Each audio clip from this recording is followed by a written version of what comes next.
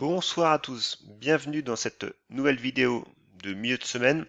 Comme chaque semaine, on fait le point sur les valeurs que l'on suit sur Twitter, voilà, les graphes que je poste, et également les différentes valeurs que vous pouvez me demander, donc soit en commentaire des vidéos précédentes, soit en message privé. Donc voilà, donc pour commencer, on regarde rapidement notre CAC 40. Donc notre objectif théorique graphique, donc la ligne en pointillé bleu, a été atteint, hein. Voilà, on l'avait atteint lundi. Et puis on a eu un petit reflux, ce qui est normal, et la pression haussière reste intacte. On voit très bien, hein, on n'a aucun signal baissier.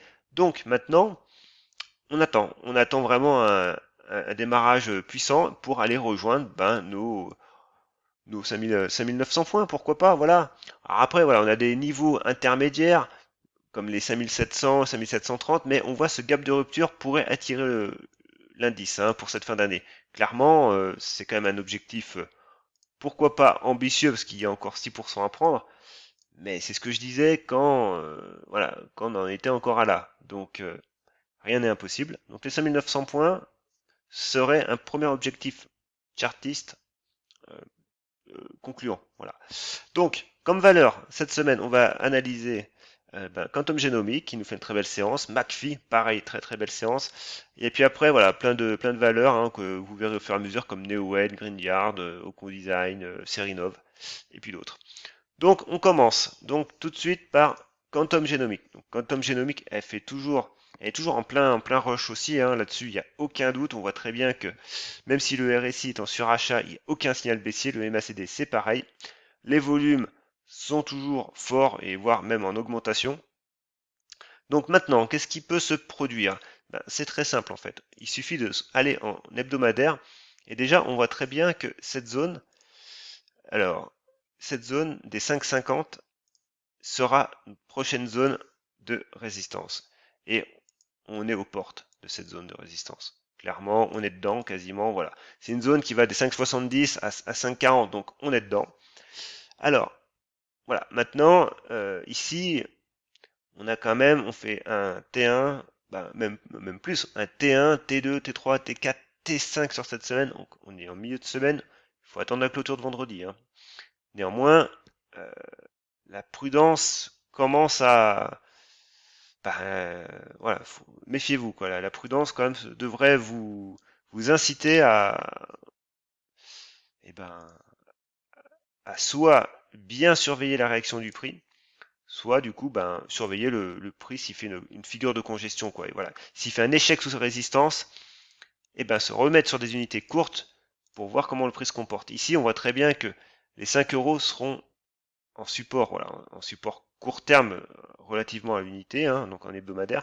Mais si on repasse sur du daily, on voit très bien que voilà, cette zone-là, pour l'instant, est en support très court terme, et après, ce niveau-là, quoi. Mais on évolue tellement vite et haut que ça nous ferait quand même une perte de 20%, hein, donc c'est pas rien. Donc méfiez-vous au retour de bâton potentiel. Maintenant, ce que je veux vous montrer, c'est surtout le graphe mensuel. Le graphe mensuel, on voit que le MACD se retourne à la hausse et qu'on est potentiellement sur une figure très long terme. On voit très bien qu'ici, on était sur un bas de range qu'on a testé plusieurs fois en mensuel, hein. Les bandes de Bollinger en cadre. Donc si on arrive à consolider ce prix là, cette hausse sur les 5 euros, 5,50, voilà, on peut aller après bien plus haut, voire donc du coup viser les 8 euros, puis après les plus hauts même historiques. On n'y est pas évidemment.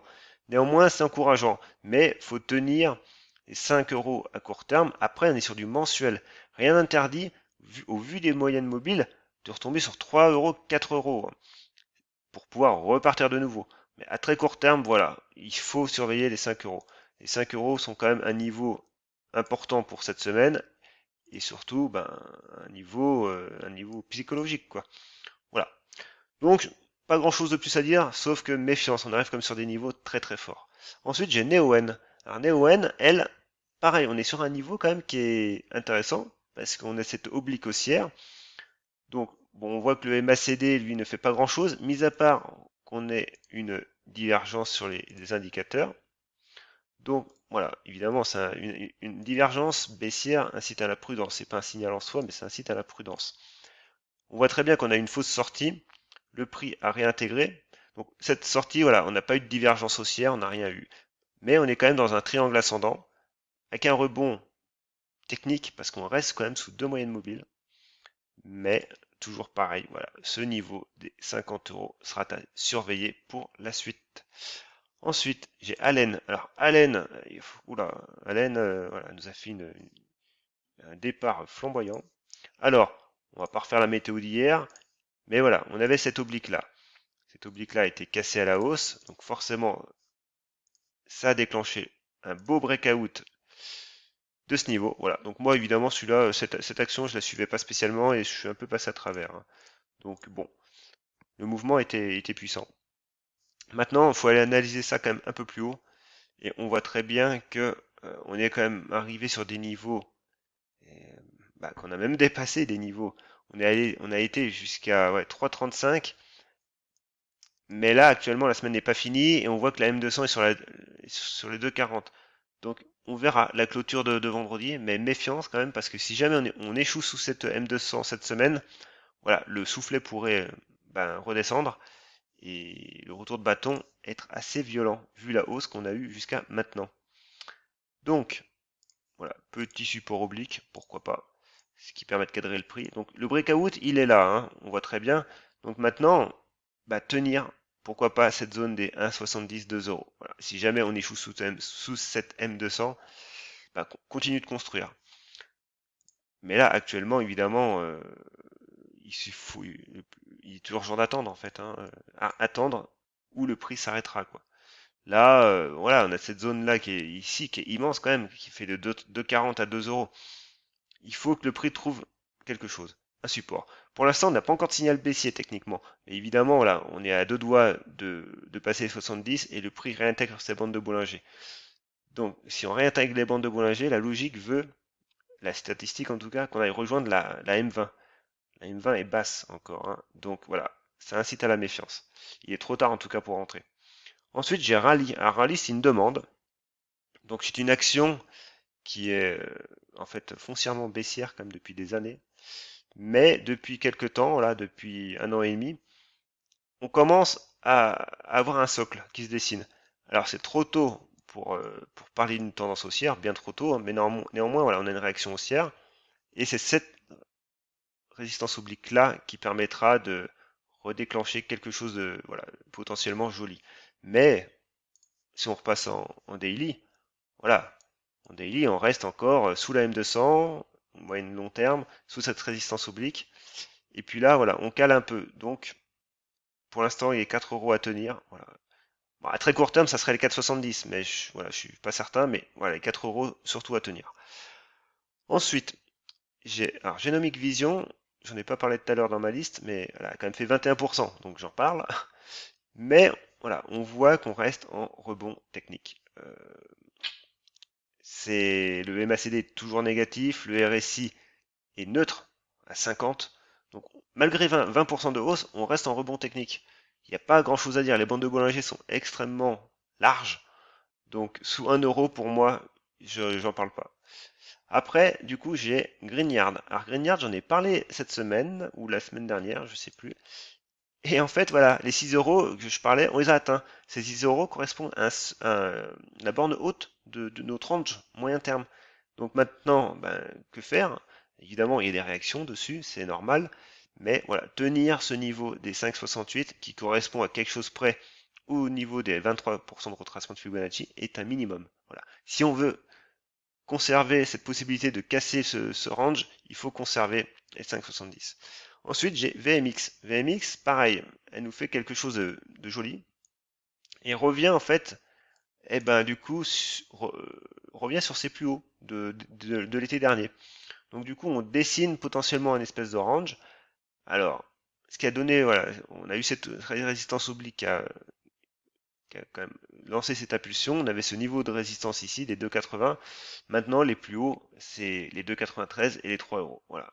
Et ce qui peut être un signal très très bon sur le moyen terme, on voit très bien, hein, ça nous permettrait de rejoindre les 3,50. Donc, à surveiller VMX. Ensuite, j'ai Blockchain Group. Alors, Blockchain Group, pareil, il nous a fait une très belle séance hier, je crois, ou avant-hier, non, hier. Alors, oui, même hier et avant-hier, voilà. Donc, on avait cette résistance oblique, voilà, on l'a touché, bon, on a fait des mèches dessus, on voit très bien qu'elle réagit quand même.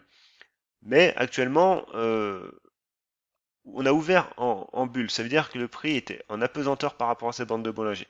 On a consolidé, on a corrigé en séance, on est revenu clôturer positif, ce qui est quand même très bon. Je veux dire, voilà, il n'y a pas de signal baissier, la pression reste haussière.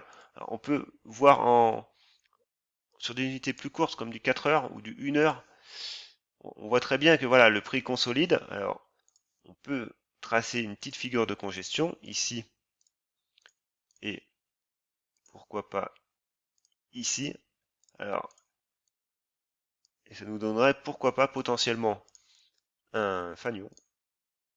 Alors on voit très bien que à court terme, hein, le RSI a donné son signal baissier, le MACD aussi. Donc, évidemment, pour reparler de poursuite haussière, en l'état actuel des choses, voilà, je trace mon petit report. Et ben, du coup, c'est minimum les 1,40 à passer, voire les plus hauts, pour après ensuite de nouveau viser, avec ce report chartiste, les 1,80. Les 1,80 nous donnerait évidemment quelque chose. Alors, on va aller plutôt comme ça, en hebdomadaire. Les 1,80 nous donneraient voilà, cette zone-là. Bon, un objectif théorique, mais un objectif totalement atteignable. Surtout qu'on voit qu'en hebdomadaire, pour l'instant, notre signal reste valide parce que du coup, on a un fort volume avec un croisement haussier. Maintenant, voilà, on n'est que mercredi à chaque fois, donc faut attendre vendredi. Mais positif. Allons, au con design. Alors elle, ça tergiverse, mais pour l'instant la pression reste là. On voit que la M200 clairement fait barrage, mais voilà, les 10 70, 10 80 sont à passer pour vraiment relancer en direction des 11, notre seuil moyen terme. Mais on reste haussier. Il y a pas de problème, on reste haussier. On voit très bien qu'en 1 heure, les fluctuations se raccourcissent, hein. Donc, tant qu'on maintient, tant qu'on maintient les 10-40, pour moi c'est positif. Ensuite, qu'est-ce que j'ai? Ensuite, j'ai Serinov. Voilà. Serinov, pareil. On a eu une belle séance aujourd'hui. Alors, on a consolidé, on a fait un pullback, on a réagi positivement hier. Aujourd'hui, on se relance. Voilà. C'est un cas d'école. Maintenant, les 1,31 pour vraiment booster de nouveau. Et ensuite, qu'est-ce que j'ai ensuite? J'ai McPhee. Voilà. McPhee, très belle séance. Alors hier, j'ai posté ce graphe voilà, où on voyait vraiment les 3 points d'accroche, 3 points d'échec. Et là, aujourd'hui, on rejoint les plus hauts historiques à 30 euros. Les plus hauts historiques, les plus hauts récents de juillet. Voilà. Et après, les prochains sont vraiment ces deux mèches là à 32. Mais c'est clairement haussier. Pas de signal. Volume en hausse. Voilà, on accompagne le mouvement. Et une dernière, ah oui, Claranova. Claranova, elle par contre, elle a été à surveiller. On voit très bien que là, depuis son retour sur le 5 euros, ça a bien rebondi. Et elle est revenue sous cette résistance oblique de minimum, ouais, moyen à long terme hein, quand même. Après, la prochaine, ça sera les 8 euros. Voilà. 8 euros ici, c'est vraiment le prochain seuil. Bon, après, évidemment, voilà. Ici, c'est les 7 euros avec la rupture de l'oblique, mais la rupture d'oblique nous donnerait déjà un premier signal positif. Après, c'est vraiment ce seuil horizontal des 7 euros qui nous permettrait de rejoindre les 8 euros. Mais voilà, ce seuil, faut pas le minimiser, parce qu'on voit très bien que sur l'hebdomadaire, voilà, on est quand même sur un range, on va dire, élargi. Mais voilà, actuellement, le seuil vraiment moyen terme, c'est les 7 euros. Mais on voit très bien que les 6 euros restent importants, les 6,70, parce qu'on a, notre M200. Alors on est encore dessous, mais on est au-dessus de la M50 et de la M20. Donc on est entre deux. Voilà, on est entre deux eaux, sous cette résistance oblique, sous la M200. Et ça demande qu'à franchir pour venir rejoindre les 7 euros. Voilà pour ce soir. Donc j'espère que cette vidéo vous a plu. N'hésitez pas à mettre un petit pouce bleu, Si vous avez une critique constructive, n'hésitez pas non plus, je suis toujours preneur pour m'améliorer, voilà. Et puis mettez des petits pouces bleus, et puis abonnez-vous à la chaîne. Voilà, je vous dis bonsoir et à la prochaine.